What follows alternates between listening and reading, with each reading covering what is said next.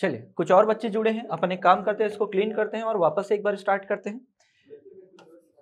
भारतीय इतिहास में ऐसा क्या चीज है जो आपको पढ़ना है? क्यों आप देखते हैं कि सिलेबस में इसे शामिल किया जाता है? एक क्या रीजन है कि गवर्नमेंट के हर एग्जाम में इतिहास आपको देखने को मिलेगा और इतिहास का सिलेबस भी काफी वास्ट है। ठीक है, समझिएगा इसका इम्पोर्टेंस क्या है।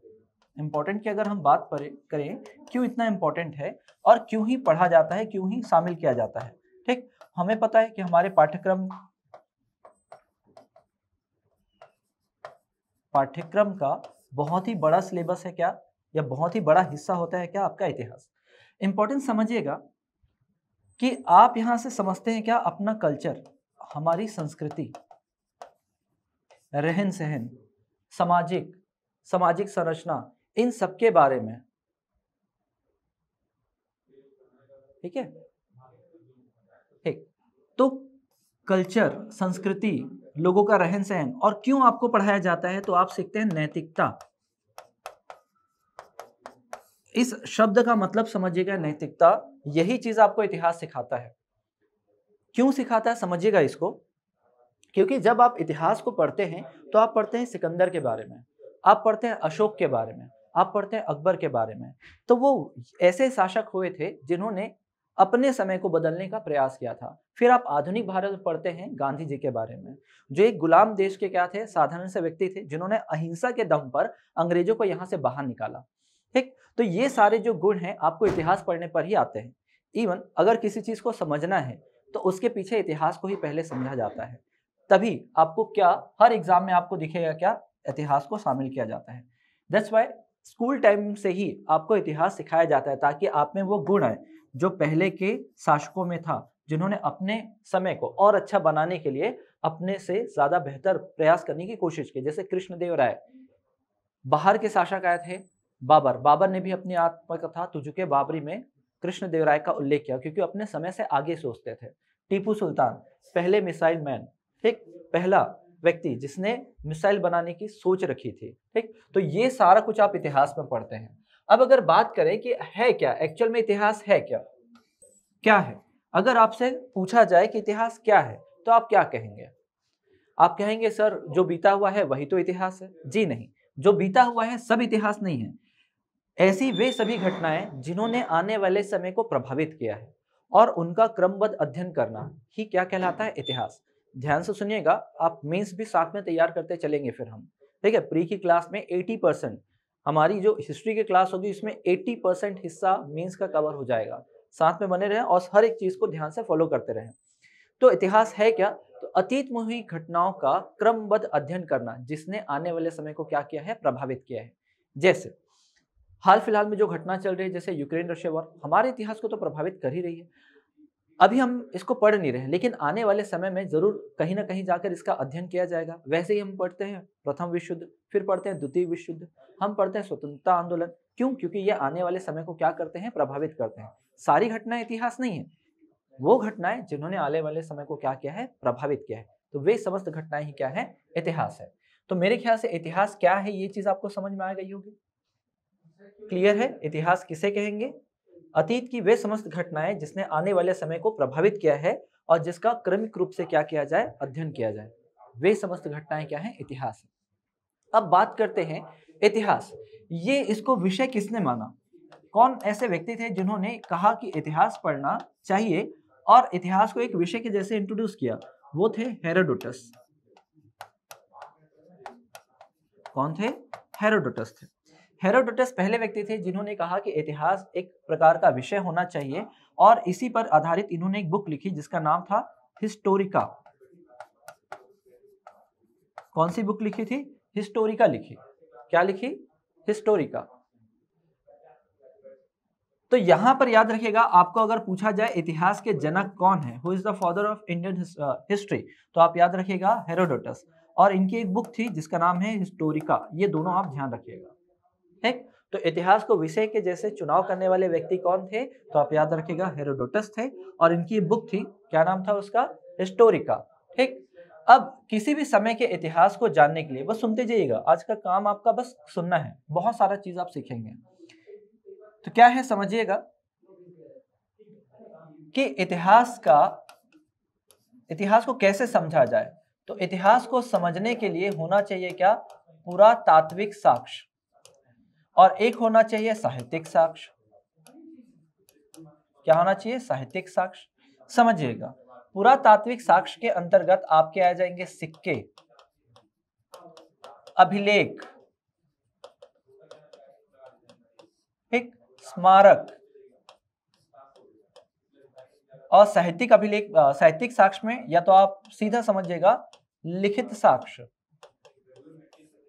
लिखित साक्ष्य क्या क्या इसमें देखेंगे हम, धार्मिक ग्रंथ, वेद, पुराण, महाभारत, रामायण। फिर आप देखेंगे गैर धार्मिक ग्रंथ। गैर धार्मिक ग्रंथ के अंतर्गत क्या क्या आ जाएगा आपका, इंडिका, अर्थशास्त्र, ठीक, बाणभट्ट का हरचरित्र, मुद्रा राक्षस, ये सारा कुछ। फिर देखेंगे कुछ विदेशी विवरण, जैसे फाहियान की रचना फोको की, वेइनसांग की रचना सीयू की, ठीक है, ये सारा कुछ तो विदेशी विवरण, ठीक। तो ये सारा कुछ होना, अगर इनमें से अगर कुछ एक चीज आपके पास है तो बिल्कुल आप उस समय के इतिहास को समझ सकते हैं। आप उस समय के इतिहास को क्या कर सकते हैं, समझ सकते हैं, पढ़ सकते हैं, उनके बारे में आपको जानकारी मिल सकती है। अगर इनमें से कोई भी एक भी डेटा नहीं है वहां पर, तो बिल्कुल आप वहां के इतिहास को नहीं पढ़ पाएंगे, नहीं समझ पाएंगे। तो ये चीज आपको समझ में आई क्या, जितना भी हमने अभी बताया वो चीज समझ में आई क्या, बताएं। हाँ, मैं बताऊंगा, पूरा पूरा रिपीट होगा श्वेता, जो भी हमने पढ़ा वो पूरा रिपीट होगा, ठीक है। देखिएगा, ये आपके पास पहले से है, मैं स्लाइड चेंज कर रहा हूं अभी। समझिएगा कि आपने देखा इतिहास। इतिहास क्या होता है कि अतीत में हुई उन सभी घटनाओं का क्रमिक अध्ययन करना जिसने आने वाले समय को प्रभावित किया है, इतिहास कहलाता है। इतिहास के अध्ययन के लिए पुरातात्विक और लिखित साक्ष्यों की आवश्यकता होती है। इन्हीं के आधारों पर क्या किया जाता है, इतिहास को पढ़ा जाता है। अब इन्हीं आधारों के आधार पर इतिहास को 3 भागों में विभाजित किया गया है। एक कहलाता है आपका प्रागैतिहासिक काल, ध्यान से समझिएगा, प्रागैतिहासिक काल, इसे प्राग काल भी कहते हैं। इसे क्या कहते हैं, प्राग काल भी कहते हैं, ध्यान दीजिएगा, प्रागैतिहासिक काल। इसके बाद देखिएगा आपको पढ़ना है क्या, आद्य ऐतिहासिक काल। आद्य ऐतिहासिक काल के बाद हम पढ़ेंगे ऐतिहासिक काल, ठीक।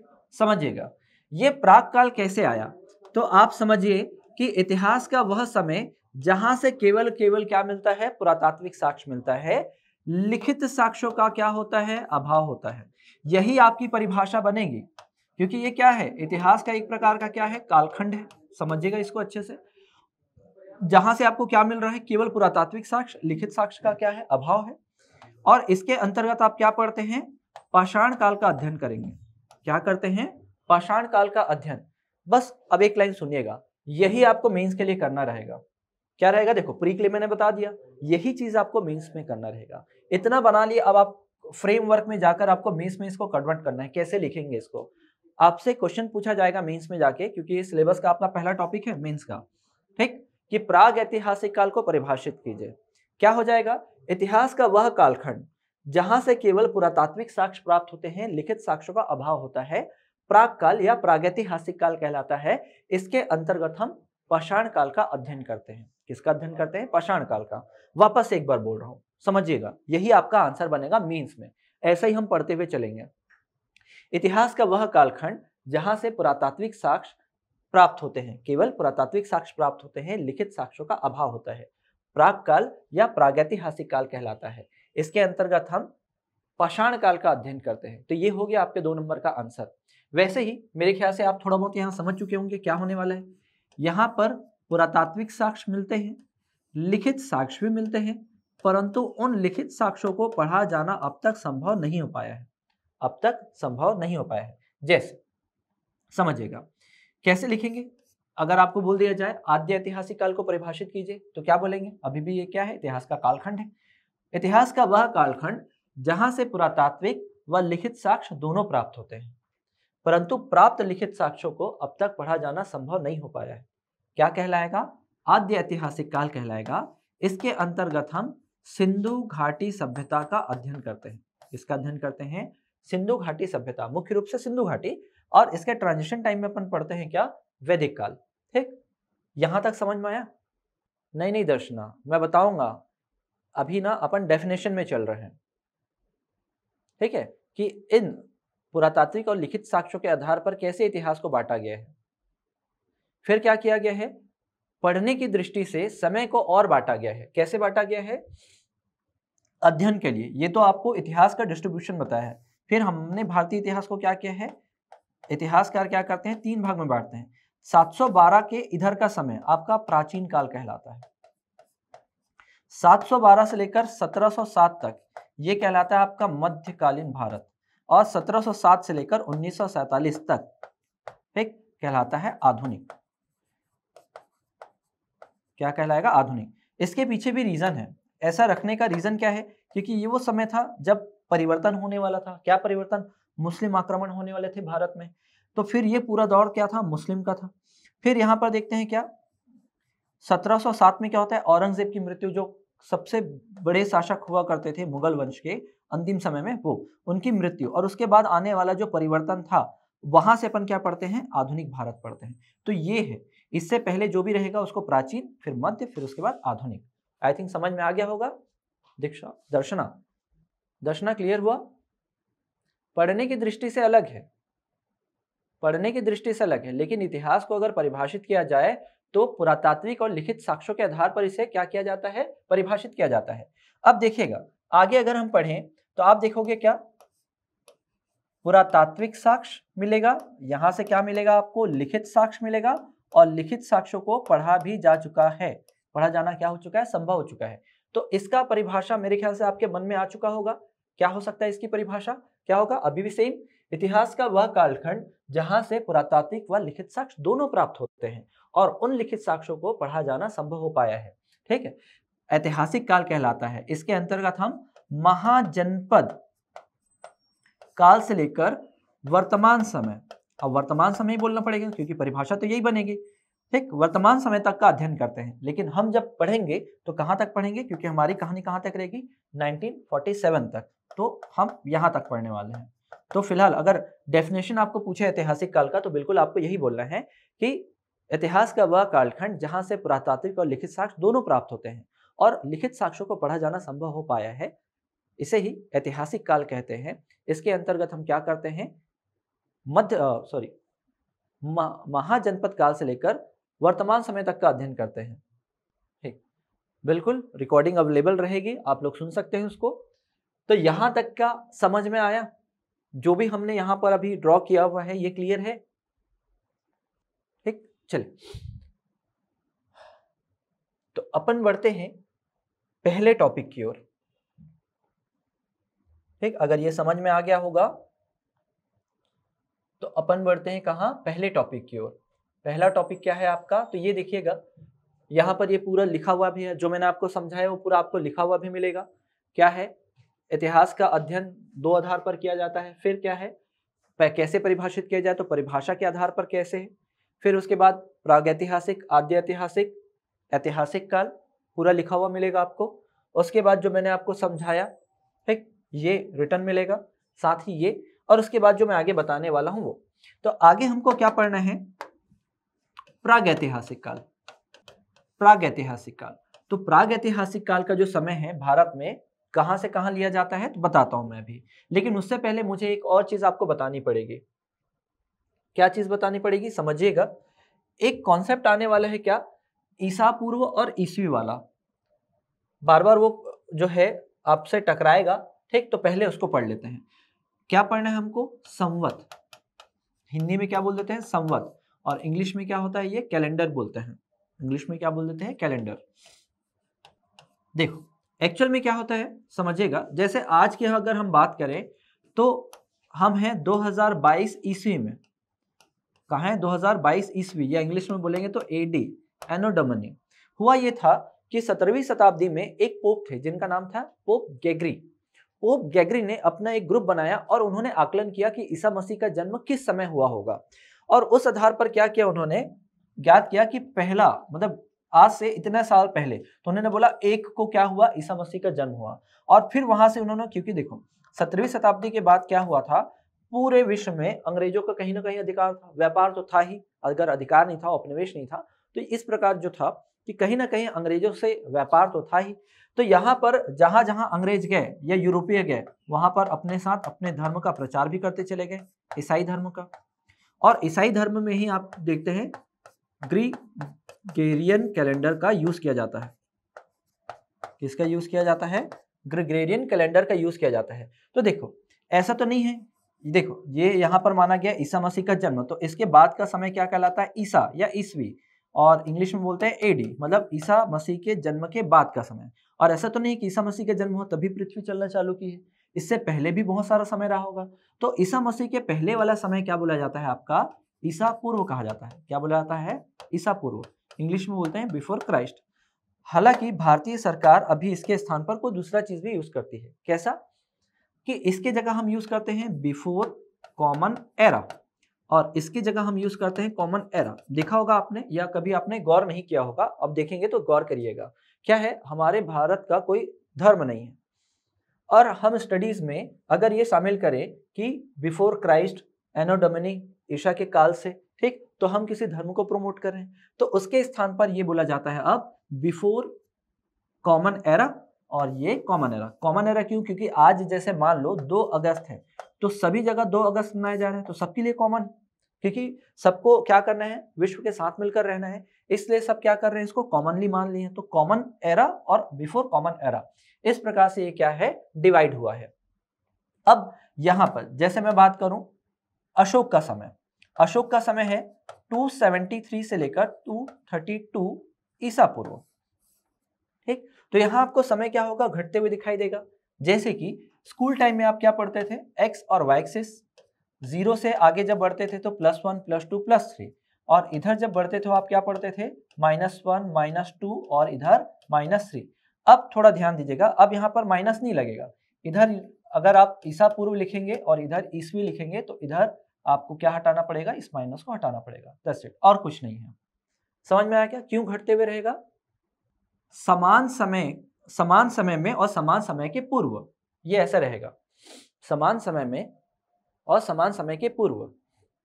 बिल्कुल कर सकते हैं जी रौनक, पूरी कोशिश होगी इंग्लिश में आपको बताते चले।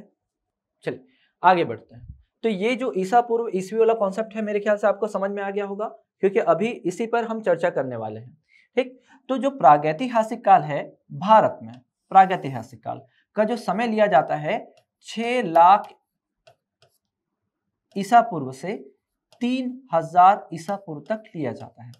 अब थोड़ा सा ध्यान दीजिएगा, ये जो समय है प्रागैतिहासिक काल, यहां पर कोई भी रिटर्न चीज में मिला नहीं अपने को, तभी तो इसको प्रागैतिहासिक काल बोल रहे हैं, ठीक। क्या बोल रहे हैं? प्री हिस्ट्री बोल रहे हैं। क्या बोल रहे हैं? प्री हिस्ट्री, ठीक। इसमें क्या है, कोई भी रिटर्न वर्क तो हमको मिला नहीं है, केवल क्या मिला है? आर्कियोलॉजिस्ट को यहाँ के एविडेंस मिले हैं, ठीक है। तो वहां से हमने क्या किया है? सबको पिक किया, उठाया, और उठाने के बाद उनका कार्बन डेटिंग किया, कार्बन डेटिंग करने के बाद हमने क्या किया? रिसर्च किया, अनुमान लगाया, और उस अनुमान के आधार पर हमने एक समय डिसाइड किया। अब जितने विद्वान आएंगे सबके अलग अलग समय होंगे। जैसे मैं अभी RS शर्मा जी को फॉलो कर रहा हूँ, ठीक है, रामशरण शर्मा जी की बुक को अपन फॉलो कर रहे हैं सपोज करो, और आप किसी और पब्लिकेशन का बुक लेके चल रहे हैं, तो आपके साथ क्या होगा? आपको लगेगा कि नहीं सर तो गलत पढ़ाएं, ये तो हम गलत पढ़ रहे हैं, ठीक। तो बिल्कुल भी यहाँ पर आपको चिंता नहीं करनी है, क्योंकि हर एक विद्वान का जो अनुमान होगा वो अलग अलग होगा। तो आपको एकदम सरलता से इसको लेना है, केवल आपको समझाने के लिए यहाँ पर समय दिया है। ये टाइम ड्यूरेशन कितना रहा होगा, कैसे मानव का क्या हुआ होगा, विकास हुआ होगा, वो आपको समझना है। यहाँ पर आपको टाइम याद नहीं करना है, समझ में आया यहाँ पर? तो देखो, तो यहाँ पर क्या हो जाएगा? पूरा पाषाण काल, प्री हिस्टोरिक एज, इसको बोलते हैं पेलियोलिथिक, इसको बोल देते हैं क्या? Palaeolithic age. फिर आएगा कौन सा? मध्य पाषाण काल, तो मध्य पाषाण काल को बोलते हैं मेसोलिथिक एज।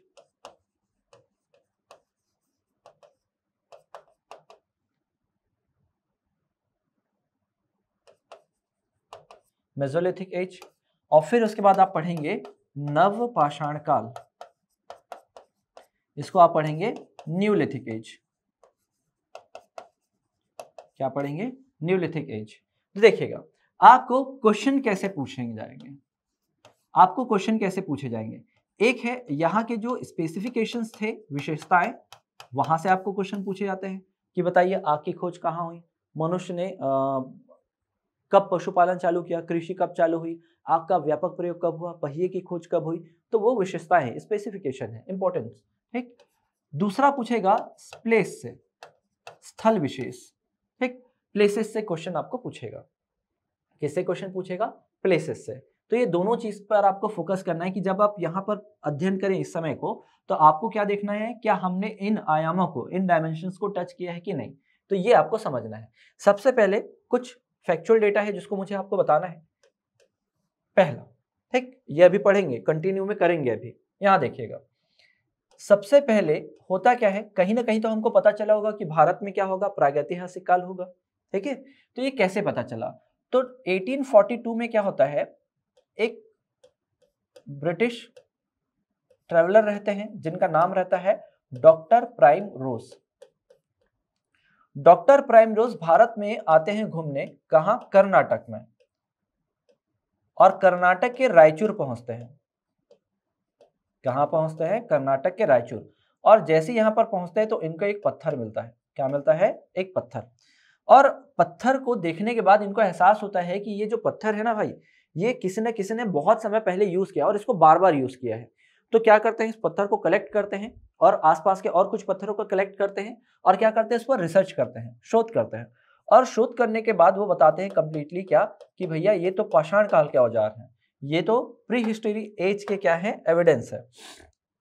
तो होता क्या है, पूरे यूरोप में चर्चाएं होने लगती है कि भारत में भी क्या है, पुरातात्विक साक्ष्य मिलते हैं क्या, आर्कियोलॉजिकल एविडेंस मिलते हैं क्या प्री हिस्टोरिक एज के। ठीक, तो धीरे से अब भारत में क्या होगा, इस पर डेवलपमेंट होगा। क्या होगा? 1861 यहां पर होगा भारतीय पुरातात्विक विभाग का गठन। मैं शॉर्ट में लिख रहा हूं, पूरा लिखिएगा आप। Indian archaeological survey of India, archaeological survey of India. तो यहां पर देखिए भारतीय पुरातात्विक विभाग, यहां पर इसका क्या होगा, गठन होगा, establishment of archaeological survey of India. और इसके जो फाउंडर होते हैं वो कौन होते हैं? जनक होते हैं अलेक्जेंडर कनिंघम। Alexander Cunningham. तो अलेक्जेंडर जो कनिंघम है, ये एक ब्रिटिश ऑफिसर रहते हैं और इनकी जो रुचि रहती है वो कहाँ रहती है? आर्कियोलॉजिस्ट में। ये एक आर्कियोलॉजी में रहती है, आर्कियोलॉजिस्ट भी रहते हैं। छत्तीसगढ़ में भी इनका नाम आप सुनेंगे, छत्तीसगढ़ के इतिहास में। तो ये क्या करते हैं, कैनिंग से बहुत ज्यादा बातचीत करते हैं। तो कैनिंग क्या करते हैं, एक फंड अरेंज करते हैं और फंड देने के बाद क्या करते हैं, तो याद रखना कैनिंग के समय 1861 में भारतीय पुरातात्विक विभाग का गठन हुआ, जिसके जनक कौन कहलाए? Alexander Cunningham. अब कहानी कुछ ऐसी है कि जैसे ही क्या है, अलेक्जेंडर कनिंघम भारतीय पुरातात्विक विभाग का गठन कराते हैं, वैसे ही वो चाहते हैं क्या, कि भारत में अब क्या खोजबीन हो, पाषाण काल से संबंधित साक्ष्य मिलने लगे। ठीक, तो ये क्या करते हैं, एक विद्वान को बुलाएंगे जिनका नाम रहेगा रॉबर्ट ब्रूसफुट। Robert Bruce Foote. तो रॉबर्ट ब्रूसफुट को भेजेंगे कहां? तमिलनाडु। और तमिलनाडु के पल्लवरम में इनको मिलेगा पहला औजार, first tool which is found in Tamil Nadu, Pallavaram. ठीक, तो ये जो रहेगा एक प्रकार की क्या रहेगी पता है? पत्थर की कुल्हाड़ी। पत्थर की कुल्हाड़ी। ठीक, किनको मिलेगा? Robert Bruce Foote. है कौन ये? तो एक याद रखिए, ये कौन है? भूवैज्ञानिक है, जियोलॉजिस्ट। और कौन है? पुराविद है, पुरातत्वविद मतलब आर्कियोलॉजिस्ट। ठीक, इनको अपॉइंट किया जाएगा किसके through? ASI, archaeological survey of India के थ्रू। ठीक, अगर आपसे पूछा जाएगा कि भारत में पाषाण काल के अनुसंधानकर्ता कौन है, ठीक, या खोजकर्ता कौन है, भारत में जो स्टोन एज है उसको किसने ढूंढा है, तो आपको याद रखना है रॉबर्ट ब्रूसफुट में। ये ऑफिशियली नहीं है, ध्यान रखना। ऑफिशियली किनको माना जाएगा? तो इनको माना जाएगा रॉबर्ट ब्रूसफुट को, क्योंकि इनको स्पेशली अपॉइंट किया गया है इस कार्य के लिए। जैसे आप देखते हैं ना, फर्स्ट क्लास क्रिकेट में कोई अगर मान लो 500 भी मान ले, तो आईसीसी उसको स्वीकार करेगा क्या? नहीं। आईसीसी अगर ऑर्गेनाइज करा रहा है तब उसको ऑफिशियली माना जाएगा। वैसे ही ये वैसे ही मान के चलिए, तो इनको ऑफिशियली अपॉइंट किया गया था इस कार्य के लिए। ठीक, तो अगर आपसे पूछा जाए कि पाषाण काल के अनुसंधानकर्ता कौन है, ठीक, रिसर्च किसने किया था सबसे ज्यादा, तो आपको याद रखना है रॉबर्ट ब्रूस फुट ने। अब यहीं से कहानी थोड़ी क्या बढ़ेगी, अपनी आगे बढ़ेगी। डेवलपमेंट तो देख लिया आपने। तो देखो ये जो पल्लवरम है, पल्लवरम के बाद हमारे भारत में ऐसे बहुत सारे स्थल आपको मिलेंगे जहां पर क्या है, पाषाण काल से संबंधित साक्ष्य मिलेंगे। जैसे मैं बात करूं क्या छत्तीसगढ़ की, तो छत्तीसगढ़ में आपको हजारों तो नहीं, सैकड़ों तो स्थल मिलेंगे ही मिलेंगे। जैसे अगर रायगढ़ घूमने जाए तो रायगढ़ में ही मेरे ख्याल से 50 साइट तो मिल ही जाएंगे आपको, छोटे बड़े मिलाकर।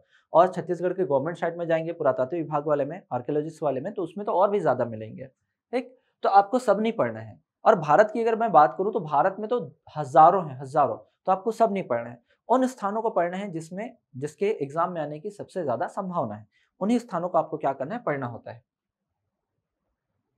यहां तक कोई दिक्कत है क्या, बताएं? यहां तक जो भी हमने अभी तक पढ़ा है कोई दिक्कत है क्या इसमें?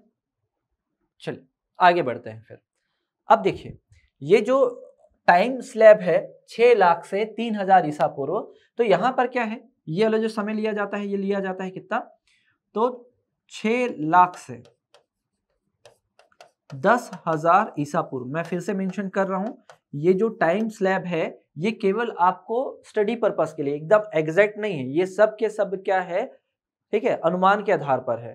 ठीक, फिर यहां पर देखते हैं 10,000 से ये वाला जो टाइम स्लैब होगा वो 6,000 तक है। फिर यहां वाला जो समय देखेंगे वो 6,000 से कितना रहेगा, 3,000 ईसा पूर्व रहेगा। अब जैसे कि हमने बताया था क्या क्या पढ़ना आपके लिए बहुत ज्यादा इंपॉर्टेंट है, कि इस समय के इंपॉर्टेंस क्या थे, विशेषताएं क्या थी, और कौन कौन से स्थल से यहां पर हमको साक्ष्य मिले हैं। ठीक, देखिए तो सबसे पहले मैं बात करता हूं क्या, विशेषताओं की। जैसे यहां पर आप पढ़ेंगे क्या, ये रहेगा मानव विकास का पहला चरण। क्या है ये, मानव विकास का पहला चरण। ठीक, first phase of human evolution, प्रथम चरण। फिर यहां पर मनुष्य अपनी जीविका हेतु, मतलब लाइवलीहुड के लिए किस पर डिपेंड रहता था, जीविका के लिए शिकार पर। पहला पॉइंट में हमेशा याद रखिए शिकार। सेकेंड फेज में मतलब दूसरा इनका रहता है क्या, खाद्य संग्रहण, फूड कलेक्शन। ठीक, यहां हंटिंग। फिर है ये वो समय रहेगा जब आग की खोज हो चुकी रहेगी। क्या हो चुका रहेगा, आग की खोज यहां पर हो चुकी होगी। तो मैं जो लिख रहा हूं आपको ये टाइप्ड भी मिलेगा, जैसे यहां पर लिखा हुआ है टाइप्ड, तो बस आपको कनेक्ट करने के लिए मैं यहां पर लिख रहा हूं ताकि आपके साथ में भी ये रहे, ताकि आप लिखते जाएं। ठीक, फिर अगर देखें फोर्थ पॉइंट, तो यहां पर अगर औजार देखें, टूल्स, अगर यहाँ के टूल्स देखें कैसे थे, तो आप खुद सोच के बताइएगा जो पहले समय औजार बने होंगे वो कैसे रहे होंगे, भारी रहे होंगे, कोई आकृति रही होगी क्या, निश्चित तौर पर नहीं होगी। तो यहां पर क्या बोलोगे, भारी, हैवी, और रेगुलर शेप में नहीं होंगे, इररेगुलर शेप में होंगे, तो क्या बोलेंगे, बेडोल बोल सकते हैं इसको, बेडोल बोलना चाहिए। तो फिर निश्चित आकृति के नहीं होते थे, ये आप प्रयोग कर सकते हैं। साथ में और इसकी विशेषता की अगर बात करें तो यहां पर जीवन शैली कैसी थी, मनुष्य की जीवन शैली कैसी थी, अगर हम बात करें तो आपको पता चलेगा लिविंग स्टैंडर्ड कैसा था, तो आप बोलेंगे कि भाई खाना बदोश थे।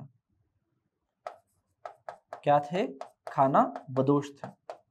जहां खाना मिल जाता वहां ये रुकते, खाना खाते और आगे बढ़ जाते। तो इस प्रकार का क्या है यहाँ पर की विशेषता है। ठीक, तो आई होप विशेषता आप लोग को समझ में आया होगा। यही तो हुआ था पूरा पाषाण काल में, पैलियोलिथिक एज में। क्लियर है, चलिए आगे बढ़ते हैं। तो ये पूरा क्या है, विशेषता है। अब क्या पढ़ते हैं अपन, स्थल पढ़ते हैं। क्या पढ़ते हैं, स्थल। ठीक, तो देखो सबसे पहला था आपका पल्लवरम। सबसे पहला क्या रहेगा, पल्लवरम। पल्लवरम से क्या मिला, पहला औजार मिला था। किसे मिला था, तो रॉबर्ट ब्रूस फुट को मिला था। किसे मिला था, रॉबर्ट ब्रूस फुट को मिला था। ठीक, क्या मिला था, तो एक प्रकार की पत्थर की कुल्हाड़ी मिली थी। क्या मिला था, पत्थर की कुल्हाड़ी। तो ये तो हमने देख ही लिया, ये हमने देख लिया। और जो जो इंपॉर्टेंट प्लेसेस हैं वो हमने यहाँ पर लिख के रखे हैं। देखिए जैसे अतीरपक्कम, तो अतीरपक्कम जो है यहाँ पर भी क्या मिला, औजार मिला। ये भी कहाँ है, तमिलनाडु में। और यहाँ पर किसको मिला था? विलियम किंग को मिला था। और ये विलियम किंग कौन है? तो इनके सहयोगी हैं और मित्र, सहयोगी और मित्र किनके? रॉबर्ट ब्रूसवेट के।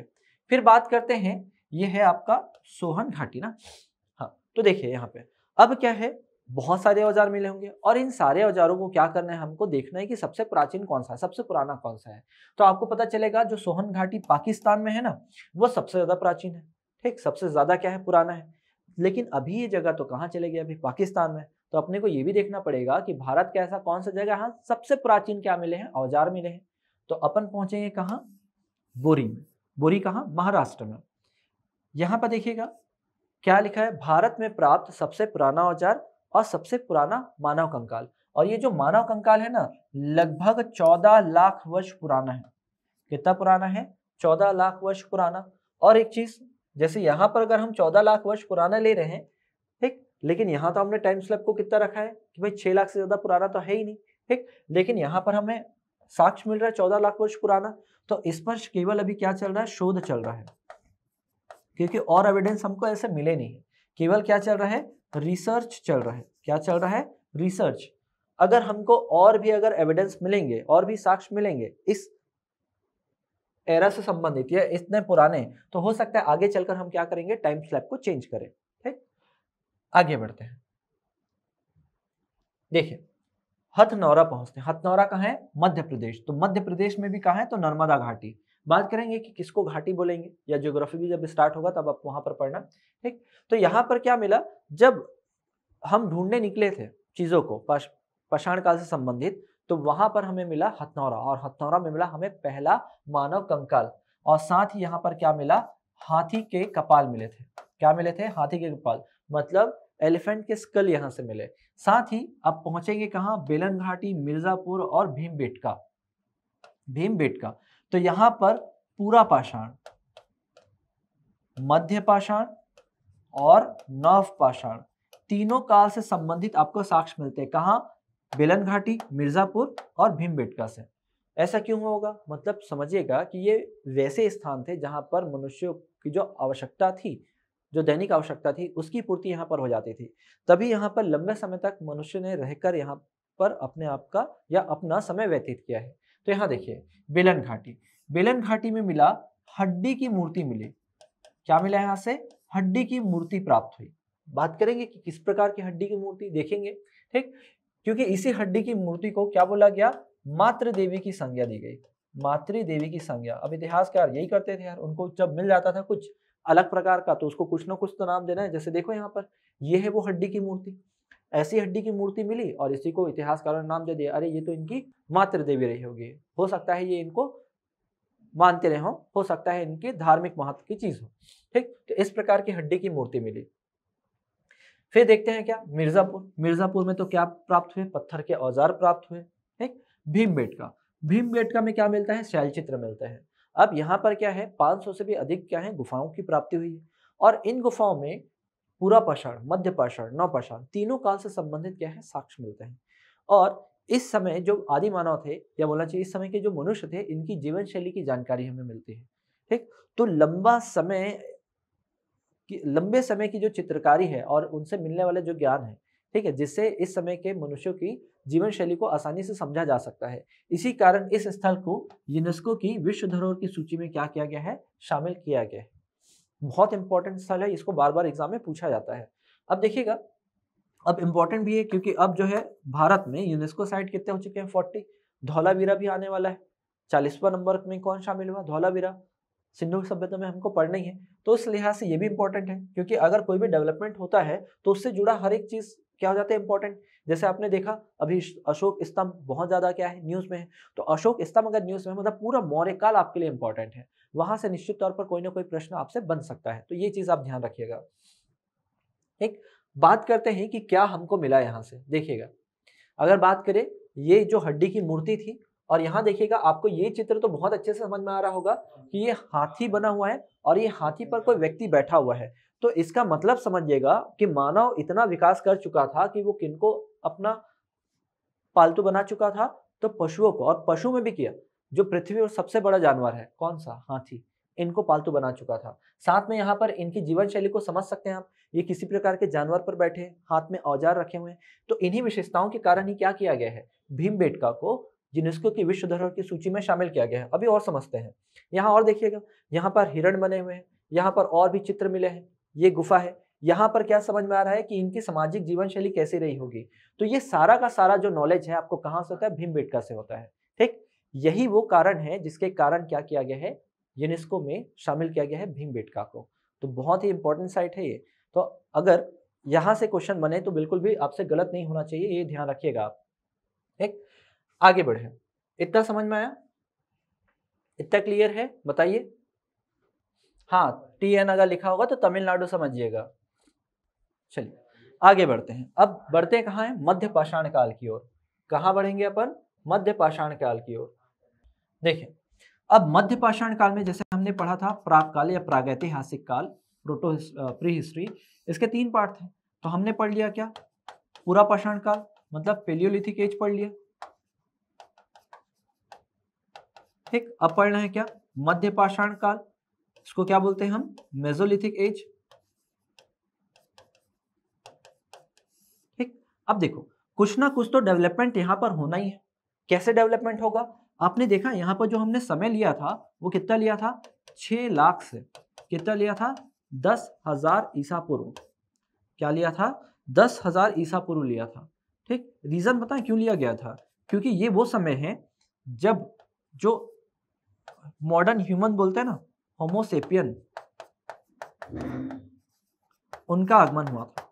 और इनको मॉडर्न ह्यूमन क्यों बोलते हैं, क्योंकि ये वे मानव थे जिनमें सोचने समझने की क्षमता इससे पहले वाले मानव की तुलना में क्या थी, बहुत ज्यादा थी। ठीक, तो अब यहाँ पर क्या होगा, अब ये सोच विचार करेंगे कि भाई जब हम शिकार करते हैं, मतलब जिन पशुओं को हम क्या कर रहे हैं, शिकार कर रहे हैं अपने खाने के लिए, क्यों ना उसे क्या किया जाए, पाला जाए। क्या किया जाए, पशुओं को क्या किया जाए, पाला जाए। मतलब यहां से क्या हो जाएगा, एनिमल डोमेस्टिकेशन चालू हो जाएगा। ठीक, मतलब ये वो समय हो जाएगा जब मानव विकास का दूसरा चरण। तो पहली विशेषता तो यही होगी, क्या होगी विशेषताएं अगर देखेंगे तो, मानव विकास का दूसरा चरण है। क्यों चरण बोलेंगे दूसरा चरण, क्योंकि यहां पर जो था वो कंप्लीटली कौन, न्यू ह्यूमन आ चुके थे, होमो सेपियंस अस्तित्व में आ चुके थे। ठीक है, अब पढ़ेंगे तो अपन पूरा पाषाण काल में ही, होमो सेपियंस कब आए, पूरा पाषाण काल में ही आए थे, पूरा पाषाण काल में आ चुके थे। लेकिन वो आगे कब बढ़ेंगे, मध्य पाषाण काल में। तो मध्य पाषाण काल में जब इनका विकास होगा तो ये क्या करेंगे, पशुपालन, एनिमल डोमेस्टिकेशन चालू करेंगे, पशुपालन। और जो पहला पालतू पशु माना जाता है ना, पहला first animal which is domesticated, वो है कौन सा, कुत्ता। अब जब मनुष्य ने कुत्ते को पालतू बना दिया तब ये अन्य पशुओं की ओर बढ़े। कब बढ़े, अन्य पशु की ओर। तो जब अन्य पशु भी पालतू बन गए तब अब सोचो, क्या कोई एक पशु को पालतू बनाकर उसे हमेशा के लिए रख सकता है क्या, सोचेगा, क्या किसी एक पशु को पालतू बना लिया जाए और उसको हमेशा में के लिए रख सकते हैं क्या, रख सकते हैं क्या, बताओ, बताइए, नहीं रखा जा सकता। तो ये क्या करेंगे, पशुओं का पालन क्या करेंगे, समूह में करेंगे, मतलब ग्रुप में करेंगे। और ये स्वयं जो इस समय मनुष्य भी क्या रहेंगे, समूह में रहेंगे, क्योंकि भाई पशुओं का पालन आसान काम नहीं है। ठीक, तो मनुष्य भी क्या करेगा, समूह में, ग्रुप में रहना चालू करेगा।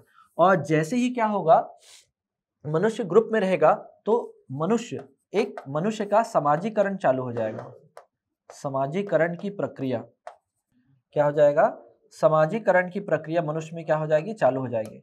अब समाजीकरण मतलब ह्यूमन जो है सोशली कनेक्टेड होना चालू हो जाएगा। जो नियम होते हैं ना समाज के, जो नियम, उसमें जो मनुष्य है वो उसमें बनना चालू हो जाएगा। और उसका सबसे अच्छा एग्जांपल है क्या, आप देखेंगे अंत्येष्टि प्रक्रिया। ठीक है, लास्ट रिचुअल, मतलब क्या, अंतिम संस्कार की प्रक्रिया चालू हो जाएगी। ठीक, तभी आप इस समय का क्या देखते हैं कि जब कोई मर जाता था पाषाण काल में तो उसको क्या कर दिया जाता, दफना दिया जाता था, और उसके ऊपर क्या कर दिया था, बड़े बड़े पत्थर रख दिए जाते थे। तो बड़े बड़े पत्थर रखना, तो पाषाण स्मारक नाम सुना होगा आपने, पाषाण स्मारक, तो वो क्या है, एक प्रकार की कब्र होते थे। ठीक, तो यही है, ठीक, मनुष्य क्या बन जाएगा, मनुष्य की समाजीकरण की प्रक्रिया चालू हो जाएगी। ठीक, और मनुष्य क्या बन जाएगा, एक सामाजिक प्राणी बन जाएगा। अब देखो, पशु के लिए जरूरी क्या होता है आपका, चारा। क्या जरूरी होता है, चारा। अब इस समय मनुष्य क्या करेंगे, चारे की तलाश में एक से दूसरे स्थान तक जाएंगे। कहां तक जाएंगे, एक से दूसरे स्थान जाएंगे,